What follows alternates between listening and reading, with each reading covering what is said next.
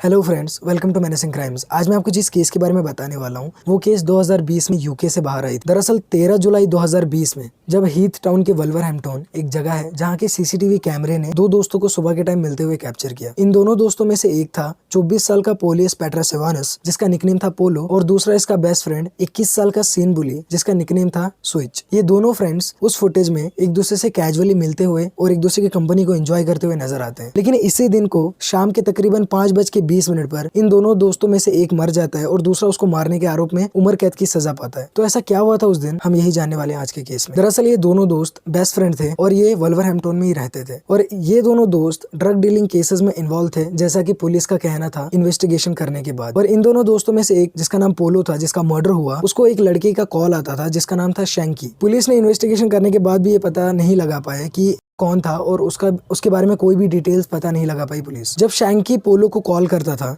तो स्विच को ये चीज़ बहुत ही ज़्यादा अननोइंग लगती थी, और उसने उसको कई मरतबा ये भी कहा था कि इसकी कॉल पिकअप्स मत किया कर, रिसीव मत किया कर। लेकिन पोलो वो बात नहीं मानता था और वो उसके साथ कॉल पे बातें किया करता था। अब हमें ये चीज़ भी इन्वेस्टिगेशन के बाद भी पता नहीं लगी, मैंने बहुत सारे साइट्स में भी चेक किया, लेकिन पता नहीं लगी कि इन दोनों दोस्तों के बीच में उस फोन कॉल को लेके लड़ाई क्यों होती थी, उस फोन कॉल का मेन रीजन क्या था, वो शैंकी लड़का कौन था और ऐसी क्या बात करता था पोलो उसके साथ जो स्विच को बहुत ज्यादा बुरी लगती थी, अननोइंग लगती थी। 13 जुलाई को भी यही मसला सामने आया था जब शैंकी का कॉल पोलो को था और उन दोनों के बीच में भी एक बहस हो गई थी। उसी दिन को एक छोटी सी आर्गुमेंट हो गई थी, और आर्गुमेंट के तुरंत बाद वो दोनों दोस्त एजडा सुपरमार्केट के कार पार्किंग में गए जहां पे उनको एक बैग उठाना था और उस बैग को डिलीवर करना था हेल्थ टाउन के लिंकिंग स्ट्रीट में। डिलीवरी एड्रेस पे बैग पहुंचाने के बाद वो दोनों दोस्त पोलो की गर्लफ्रेंड के घर पे गए।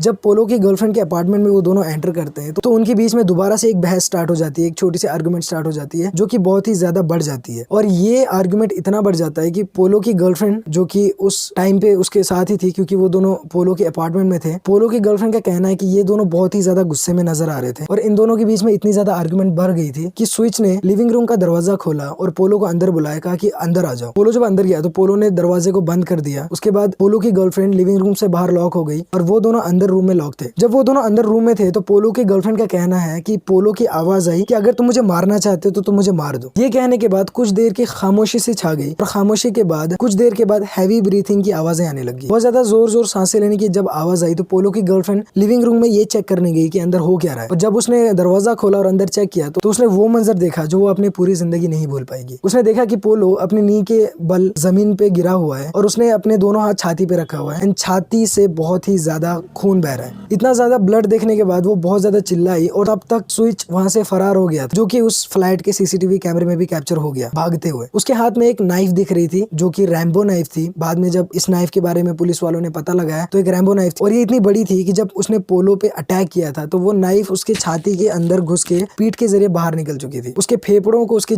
दिल को चीरते हुए पीठ के जरिए बाहर निकल गई थी। जब ये हादसा हुआ पोलो की गर्लफ्रेंड ने पुलिस वालों को कॉल किया। जब पुलिस वाले 5:20 पर वहां पर पहुंचे तो उसके 20 मिनट बाद ही पोलो की डेथ हो गई, और पोलो के डेथ के बाद पुलिस स्विच के खोज में लग गई। जब पुलिस वाले स्विच को ढूंढते हुए आसपास के सारे सीसीटीवी कैमरास को उन्होंने चेक किया तो सबसे पहले वो कैप्चर हुआ था उसी फ्लैट के कैमरे में जहां से वो मर्डर करके भाग रहा था। उस फुटेज में हम साफ साफ देख सकते हैं कि उसके हाथ में एक नाइफ है और वो बहुत ही जल्दी जल्दी भाग रहा है। वहां से भागा, उसके बाद वो हीथ टाउन के मेन रोड की तरफ भागा और मेन रोड से भागते हुए बहुत सारे सीसीटीवी कैमरास में वो कैप्चर हो गया। लेकिन 2 फुटेजेस के बाद तीसरे फुटेज में उसके पास नाइफ नहीं थी। जब पुलिस वालों ने इन्वेस्टिगेशन की तो उनको पता चला कि उसने एक वॉल और फेंस तार के बीच में नाइफ को दफना दिया था। हैरानी की बात ये थी कि मर्डर करने के बाद भी वो सारे सीसीटीवी कैमरास में कैजुअली चलते हुए नजर आया, और देखने में ऐसा लग रहा था कि इस बंदे ने कुछ किया ही ना हो। मर्डर करने के बाद भी स्विच एकदम कैजुअली चल रहा था बाकी सीसीटीवी कैमरास में जब हम वो फुटेजेस देखते हैं, जो कि एक बहुत ही हैरान कर देने वाली चीज है, एक 21 साल के बंदे को मर्डर के बाद भी ऐसे कैजुअली चलते हुए देखना। सीसीटीवी फुटेजेस देखने के बाद पुलिस वालों ने स्विच को 2 दिन बाद ही अरेस्ट कर लिया शूजबेरी नाम की एक जगह पे। जो नाइफ स्विच ने दफनाई थी वो नाइफ ढूंढने में पुलिस वालों को 3 से 4 महीने लग गए। जब स्विच को अरेस्ट किया गया, स्विच ने बहुत बचने के लिए बहुत सारे बहाने बनाए थे, लेकिन कोई भी काम में नहीं आया और उसको लाइफ टाइम प्रिजन में बिताने की सजा मिली, मतलब उसको उम्र कैद की सजा मिल गई। इसके बाद भी ये केस बहुत सारी जगहों पे फैल गया और इसके सीसीटीवी फुटेजेस यूट्यूब में ही पड़े हुए हैं 3 मिलियन व्यूज के साथ। जिस वीडियो में क्राइम के स्टार्टिंग सीन से लेकर जब वो क्राइम करके भाग रहा था तब का सीन तक प्रेजेंट है यूट्यूब में। सो